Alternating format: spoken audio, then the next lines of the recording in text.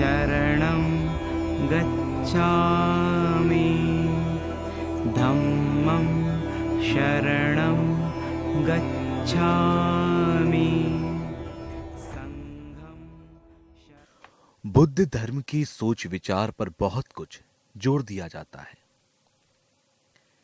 चिंतन मनन करने पर और फिर हमें इस पर चिंतन मनन होना चाहिए। खाली एक पाठ कर, जैसे बुद्धम शरणम गच्छामि, वंदे शरणम गच्छामि, इतने पाठ तक ही सीमित ना रहते हुए उस पाठ के अर्थ को भी समझना चाहिए। जैसे मिसाल के तौर पर, मैं कुछ सालों पहले जब लाहौल में था, तब वहां से आते समय एक रोहतांग के पीछे गांव में तैयारी की गई थी। तो मैं वहां आम जनता से बात कर रहा था। मैंने उनसे पूछा कि बुद्ध धर्म किसे कहा जाता है, तो किसी ने कहा कि बुद्ध धर्म शरणम गच्छामि आदि का पाठ करते हुए। तो मैंने उससे कहा कि धर्म क्या है। तो इस तरह से सवाल जवाब हुआ। तो धर्म का अर्थ जब पूछा गया तो केवल पाठ करते हुए ही सीमित न रह जाना, क्योंकि ये हमारी एक कमजोरी है, और इतने तक ही सीमित न रहते हुए अर्थ पर भी जाना है। क्योंकि मूल रूप से चिंतन मनन करने की वजह क्या है? क्योंकि हमारे पास चिंतन मनन करने की प्रज्ञा है, परखने की हमारे पास वो क्षमता है। जब परखने के लिए धर्म रूपी प्रज्ञा है, तब क्यों ना उसका उपयोग करें। तो इसलिए अभी हमें मनुष्य के रूप में जो जीवन प्राप्त हुआ है, तो इसमें हमें 8 प्रकार के मौके प्राप्त हुए हैं, 10 तरह की हमें सुविधा प्राप्त हुई है। और ऐसे 8 मौके और 10 सुविधा जब प्राप्त हैं, तो कोई भी व्यक्ति धर्म का अभ्यास पूरी तरह से कर सकते हैं। और फिर ये 8 और 10 मौका और सुविधाएं जो हैं, भले ही सीधे तौर पर प्राप्त ना भी हों, लेकिन घुमा फिरा कर देखा जाए तो वो हमें प्रत्यक्ष या अप्रत्यक्ष रूप में प्राप्त होता है। संसार भर में करीब 70 अरब लोग जो हैं, उसमें कितने लोग ऐसे हैं जिन्हें ये 8 मौके और 10 सुविधाएं प्राप्त हैं? देखा जाए तो ये व्यवस्थाएं जो कि बहुत कम लोगों तक मिलती हैं, ज्यादातर लोगों को ये प्राप्त नहीं है। इसलिए हमें ये जानते हुए, अपने जो हालात हैं उसे समझते हुए, सभी प्राणियों के प्रति और मनुष्य को ये मौका और सुविधाएं प्राप्त हैं। मौका और सुविधाएं प्राप्त होने का मतलब ये नहीं है कि हम पैसा कमाएं, धन दौलत कमाएं। धन दौलत तो जो ये 70 अरब लोग हैं, वो सभी कमा रहे हैं, लेकिन इससे संतुष्टि या शांति नहीं मिल पा रही है। इसलिए यहां एक बौद्ध धर्म का अनुयायी होने के नाते कहूंगा कि धर्म रूपी जो प्रज्ञा है, इसे परखने की जो क्षमता है, उसे उपयोग में लाना चाहिए। इसलिए सबसे पहले धर्म को समझें और उसके बाद उसका अध्ययन करें। उसकी आवश्यकता क्या है, इस चीज को भी समझें, और इस जीवन के माध्यम से हम एक फिलहाल के लिए देवताओं का, मनुष्य का जीवन प्राप्त कर सकते हैं। और फिर उस जीवन की प्राप्ति के लिए अच्छे शुभ कर्मों की प्राप्ति, शुभ कर्मों की प्राप्ति मतलब अच्छे जो शुभ काम हैं। इसीलिए इस मनुष्य जीवन में 8 मौके और 10 सुविधाएं जो प्राप्त हैं, उसकी जो खूबी है, उसे समझते हुए धर्म का अभ्यास करें, ऐसा संकल्प लेना चाहिए। और संकल्प से धर्म का अभ्यास से अर्थ ये है कि तीनों का अभ्यास करने का संकल्प लेना चाहिए। और ऐसे में जो हमें जीवन मिला है, ऐसे समय में हम अगर इसका फायदा नहीं उठाएंगे, तो फिर आने वाले समय में संभव नहीं होगा। इसलिए खाली प्रार्थना करने से संभव नहीं है। हम आज तक जो क्लेश के बारे में सोचते रहे, या फिर जब कभी क्लेश के बारे में नहीं भी सोचते, फिर भी क्लेश के जो राग, द्वेष, दोष, मोह और पाप की जो सोच है, जो आदत है, वो तो हमारे मन में ही है, भले ही हम उस पर ना सोचते हों। इसीलिए ऐसा कहा गया है कि अगर हम अभ्यास नहीं करेंगे, प्रयत्न नहीं करेंगे, तो मनुष्य जीवन का जो लाभ है, हम पूरी तरीके से नहीं उठा सकते। इसलिए मनुष्य जीवन के इस लाभ को उठाते हुए, एक तरह से आकाश की जो बिजली होती है, उसका उदाहरण देते हुए यहां ये संपन्न होता है। इसके बाद बौद्धचर अवतार के श्लोक नंबर 55 में बताया गया कि रात में छाए घने बादलों के अंधकार में जिस तरह से क्षण भर में कौंध कर बिजली अपनी चमक दिखा जाती है, उसी तरह कभी बुद्ध की महानता के भाव से पाठ करते हुए कृपा करके इसे सुने। जैसा कि इसमें बताया गया, उसी के अनुसार हमें सबसे पहले मनुष्य के जो मौके, व्यवस्था, जैसे 10 किस्म के जो साधन प्राप्त हैं, तो ये प्राप्त होने के बाद भी हमें प्रयास करना है। तो प्रयास करने का मतलब बैठता है, प्रयास व्यर्थ नहीं जाएगा। यहां जैसे कि श्लोक में कहा गया कि पुण्य जो है, अच्छे कर्म जो है, वो हमें मेहनत कर प्रयास करके ही हासिल करने होंगे। इसलिए प्रयास करना जरूरी है और बोधचित्त के प्रति विकास करना है। केवल अपने बारे में ना सोचते हुए सभी प्राणियों के हित के बारे में सोचने का संकल्प लेना चाहिए। हमें ये संकल्प लेना चाहिए कि ये जो बेहिसाब प्राणी हैं, बेहिसाब जीव जंतु हैं, इनके हित में बौद्ध चित्त के और बौद्ध चित्त के भले ही असली भावना ना कर सके, लेकिन बौद्ध चित्त के प्रति एक आस्था होना भी अपने आप में बड़ी लाभदायक है। उसी से पुण्य और विकास की वृद्धि होगी। जैसे कि कहा गया बौद्धचर अवतार में कि अगर आदत डाली जाए तो कोई भी काम मुश्किल नहीं है, कठिन नहीं है। इसलिए और ऐसे बौद्धचित्त के विकास के लिए जो साथी के तौर पर जहां से हमें मिलता है वो आत्मशून्य के ज्ञान की या फिर उसमें जो प्रज्ञा है, और जैसे जैसे इस तरह से ध्यान करते हुए जाएं तो उस अनुभव से ही अपने आप, जैसे कि रूप है, शब्द है, आदि आदि जो भी हमारे सांसारिक सुख भोगने के जो भोग होते हैं, वो सारी सुख सुविधाएं हैं, वो अपनी ओर से शून्य है, एक जादू है, केवल इसके आगे नहीं बढ़ पाते हैं। तो ऐसी जो सोच है वो बढ़ती जाती है, ऐसा ज्ञान बढ़ता जाता है, और जैसी ही कोई चीज हमें दिखाई देती है, सांसारिक चीज की हकीकत समझ आ जाना, उसके वश में नहीं जाने से एक लाभ रहता है। इसलिए जो व्यवस्था है, ऐसा जो ज्ञान है, वो आप यहां तक कि सपने में भी ये ज्ञान प्राप्त हो सकता है। इसलिए बाहर की जो विषय वाली चीज होती है, जो हम देखते हैं, तो वो विषय रुक जाना, उसके भटकाव में नहीं जाना, तब ये संभव है। इसलिए यहां ध्यान करना जरूरी है। और ध्यान करने के लिए, समाधि में लीन होने के लिए, जैसे उदाहरण के तौर पर आकाश को रखा गया, और ध्यान से जैसे ही या समाधि से जैसे ही उठें तो फिर माया का ध्यान होना चाहिए। फिर जो कुछ है वो माया तक ही सीमित रह जाता है। तो ऐसे करते करते दो अवस्था हमारे में रहती है। एक अवस्था रहती है जब आप ध्यान समाधि में लीन होते हैं, दूसरी समाधि होती है ध्यान समाधि से उठकर जो हम कामकाज में लग जाते हैं। तो कहने का अर्थ ये है कि दोनों ही एक तरह का धर्म अभ्यास में लीन हो जाना। ये 24 घंटे जो है वो इसी में इस तरह के जीवन यापन करते हुए, मैं ये नहीं कह रहा हूं कि मेरे में ऐसा ज्ञान है या मेरे पास या मैं ऐसा प्रयास करता हूं, ये बात नहीं है। लेकिन अगर हम ध्यान दें तो भले ही हम शून्यता को साक्षात रूप में ना जाने, लेकिन फिर भी एक अंदाजे के तौर पर, जैसे हम किसी चीज को देखते नहीं हैं लेकिन उसकी सुगंध भोग सकते हैं, उसी तरह से अंदाजा कम से कम लगा सकते हैं। इसलिए बोधचित्त माने यहां बोधचित्त के पहले अभ्यास करने का तौर तरीका जो है वो अपने से बड़ा, अपने से श्रेष्ठ, जो कि दूसरों को मानते हुए, और यही वजह है यहां रात में जो बिजली कड़कती है उसका उदाहरण दिया गया।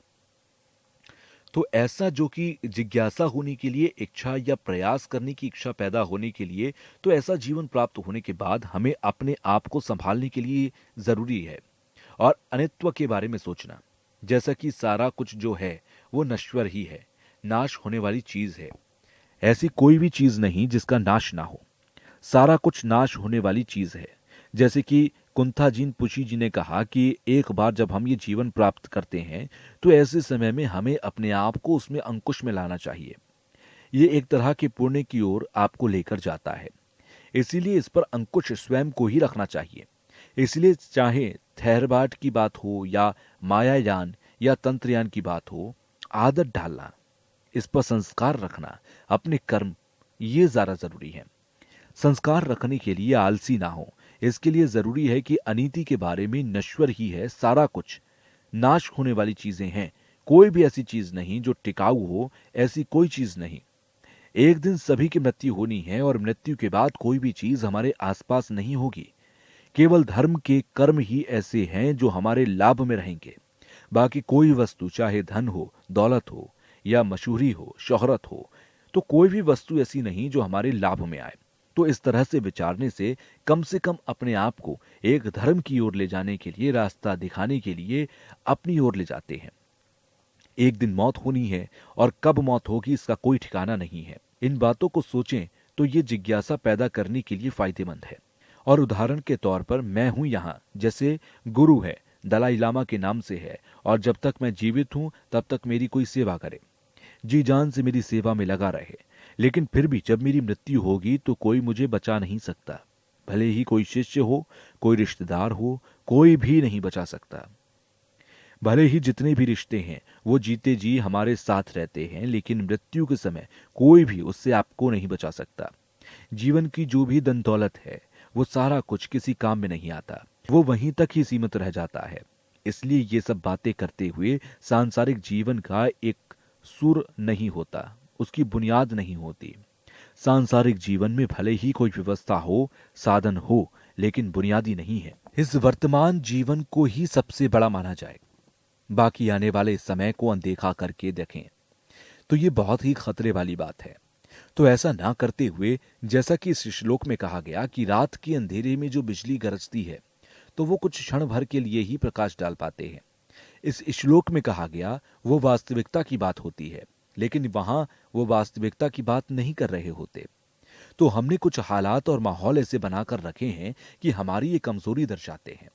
इसलिए हमें जिस तरह से आजादी मिली है अपने जीवन यापन के लिए, ऐसे समय में जब व्यवस्था और साधन उपलब्ध है, मौका प्राप्त है, ऐसे समय में हमें अपने आप में पुण्य के कार्य के लिए आदत डालनी चाहिए। और उसके बाद यहाँ जो प्रश्न उठता है कि मौत के बाद क्या आदत होगी, यानी कि फिर से जन्म लेने की वो सुविधा है कि नहीं। मनुष्य के समाज में हजारों वर्षों से एक मौत के प्रति हमारे मन में डर रहता है, घबराहट रहती है। इसलिए कुछ वर्ष पहले अमृतसर में एक सम्मेलन हुआ था सिख धर्म के एक संगठन द्वारा। तो वहां सूबे के धर्म के एक विद्वान थे। उन्होंने एक बात रखी कि संसार में जितनी भी धर्म हैं वो सभी 3 विषयों पर आधारित हैं। सबसे पहले बात आत्मा है कि नहीं, दूसरी बात उस आत्मा की कोई शुरुआत है या नहीं, तीसरी बात आत्मा का अंत होता है या नहीं। तो ये 3 विषय की बात वो बताते हैं। उसी के आधार पर यहां अगर व्याख्या करें कि आत्मा यानी कि मैं स्वयं हूं कि नहीं, स्वयं का मतलब आत्मा जो है वो इस जिस्म से, जीवन से हटकर कोई विषय है या फिर इसी जीवन पर रखना है। तो जैसे हम जिस्म या शरीर बदलते हैं तो क्या आत्मा भी बदल जाती है, या फिर जब शरीर बुढ़ापे में तब्दील हो जाता है तो क्या आत्मा भी बुढ़ापे में तब्दील हो जाती है। ये पिछला जन्म है कि नहीं। धर्म के बौद्ध दर्शन के अनुसार आत्मा जो है वो बिल्कुल भी नहीं है, ऐसा नहीं कहा गया। आत्मा जो है वो अपने बस पर नहीं है। जैसे कि भगवान बुद्ध ने बौद्धचित्त में कहा कि आत्मा जो कि नहीं है, ऐसा नहीं है, बल्कि बिना कर्म और फल के वो नहीं है। बिना कर्म फल की आत्मा शून्य है। और आत्मा जो है वो अगर कर्म और फल की दृष्टि से रखी जाए तो फिर रखा जा सकता है। इसलिए जीवन के माध्यम से, स्वयं या मैं के माध्यम से आत्मा को रखना पड़ेगा। अर्थात जो इस दृष्टि से कि संसार जो है वो किसी एक ताकत के द्वारा बनाया गया है, ऐसा जो मानने वाले होते हैं। जैसे मेरे कई जान पहचान ईसाई धर्म के लोग हैं जो ये कहते हैं कि परमेश्वर के द्वारा ये संसार और मनुष्य रचे गए। ईश्वर में एक प्रेम की भावना है, उसी प्रेम के अंश में सब मौजूद है। मैं समझता हूं कि ये बहुत ही एक अच्छा उदाहरण है। जिस तरह से कहा जाता है कि बेटे में पिता के संस्कार होते हैं, उसी तरह से भगवान के प्रेम रूपी संस्कार हर प्राणी में मौजूद होते हैं। ऐसे उदाहरण दिए गए थे। इसी तरह से बौद्ध धर्म की दृष्टि में भी ये सभी प्राणियों में निहित है। और जो ईश्वर को मानते हैं, जो सारा संसार है जो कि ईश्वर के द्वारा रचा गया, ईसाई धर्म, इस्लाम धर्म आदि में ऐसा माना गया दर्शन की सिद्धांतिक दृष्टि से। और जैसे कि हिंदू धर्म में भी अगला या पिछले जन्म को मानना, या ये संसार भगवान द्वारा रचा गया, या फिर इस तरह से जैसे कि अभी कुछ दिनों पहले मथुरा में मेरा एक कार्यक्रम रहा, तो वहां जो गुरुजी थे, स्वामी जी, जो कि बड़े विद्वान और साधना करने वाले थे, योगी साधक थे, उनसे मेरी काफी विचार विमर्श हुआ और माध्यमिक दर्शन और संख्यावाद पर मेरी बात हुई। तो उसमें हमारी बात ये हुई कि आत्मा एक तरह से, यहाँ जो हम बात कर रहे हैं कि आत्मा है या नहीं, आत्मा की शुरुआत है या नहीं, अंत है या नहीं, और जिस तरह से जैन धर्म में भी इस तरह से माना जाता है, अनुकूल है। और जब आत्मा की बात हो रही है तो आत्मा है कि नहीं, इसके साथ साथ हमें विज्ञान पर भी ध्यान देना होगा। खाली आत्मा को नहीं, आत्मा को प्रमाणित करने के लिए है कि नहीं, उसके लिए हमें विज्ञान पर जाना होगा। आत्मा यानी स्वयं खुद की एक शुरुआत है कि नहीं, इस पर जाना होगा। तो विज्ञान की शुरुआत है या नहीं, इस पर भी हमें जाना पड़ेगा। इसलिए जरूरी यह है कि कर्म को भी 2 तरह से हमें मानना होगा। एक तो शुरुआती तौर पर, और दूसरा समय समय पर उस पर असर डालने वाले जो होते हैं। जो भी कर्म होते हैं तो वो कर्म एक तरह से फल में तब्दील हो जाते हैं, फल का रूप धारण कर लेते हैं। तो इसलिए फल के लिए कर्म भी तो उसके अनुकूल होना पड़ेगा। बिना उससे मिलता जुलता कर्म से ही फल प्राप्त हो सकता है। कर्म अगर उससे मेल नहीं खाता तो फल उस हिसाब से नहीं हो पाएगा। इसीलिए इस तरह की विचारधारा से ही पिछला जन्म है कि नहीं यह प्रमाणित करना होगा, और फिर उसके बाद जब आत्मा के अंत की बात आएगी कि वो है या नहीं, जैसे कि ईश्वर को मानते हैं कि सारा संसार ईश्वर के द्वारा रचा गया, और फिर जैसे ये कहते हैं कि सारा संसार ईश्वर ने ही रचा है, और जो ये कहते हैं कि मृत्यु के बाद ईश्वर के समक्ष सब पैदा होते हैं, वैसे इस बारे में मुझे ज़्यादा जानकारी नहीं है। शायद जैसे कि संख्यावाद में या बौद्ध धर्म में भी परिभाषित जो है उसमें 18 शाखाएं हैं, जैसे कि आशीष निर्वहन की माने तो अब कोई बचा नहीं है, इनकी तरह सांसारिक कोई चीज बची नहीं है, फिर से जन्म लेने के लिए और फल की कोई आशा नहीं रह जाती वहां। बाकी जितने भी सिद्धांत बौद्ध धर्म में हैं सब विज्ञान पर जाते हैं, तो विज्ञान के जो स्वभाव और स्वरूप हैं एक स्पष्ट दिख पाने वाले हैं। विज्ञान में हम किसी तरह की रुकावट नहीं कर सकते, बाहरी तौर पर कर सकते हैं, लेकिन अगर बुनियादी तौर पर बारीकी से चलें तो कोई रुकावट नहीं कर सकते।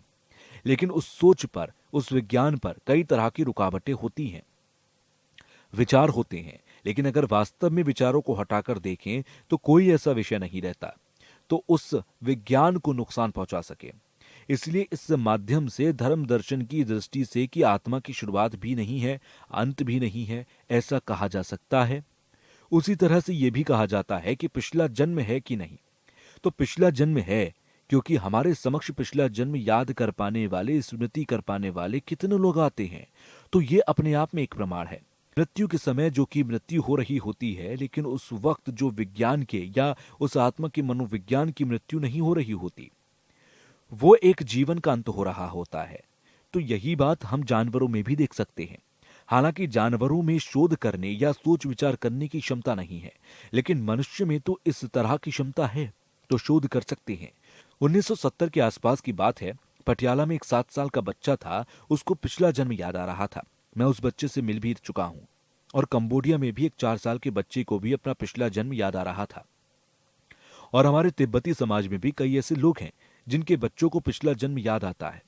जो ये याद आती है, तो याद आने का कोई विषय है, एक जड़ है, तब जाकर याद आ रही होती है। भले ही उस पर आप शक शंका करें तो ठीक है, लेकिन पिछला अगला जन्म नहीं है ये बोलकर विश्वास कर लेना वो सही नहीं रहेगा। शरणं गच्छामि धम्मं शरणं गच्छामि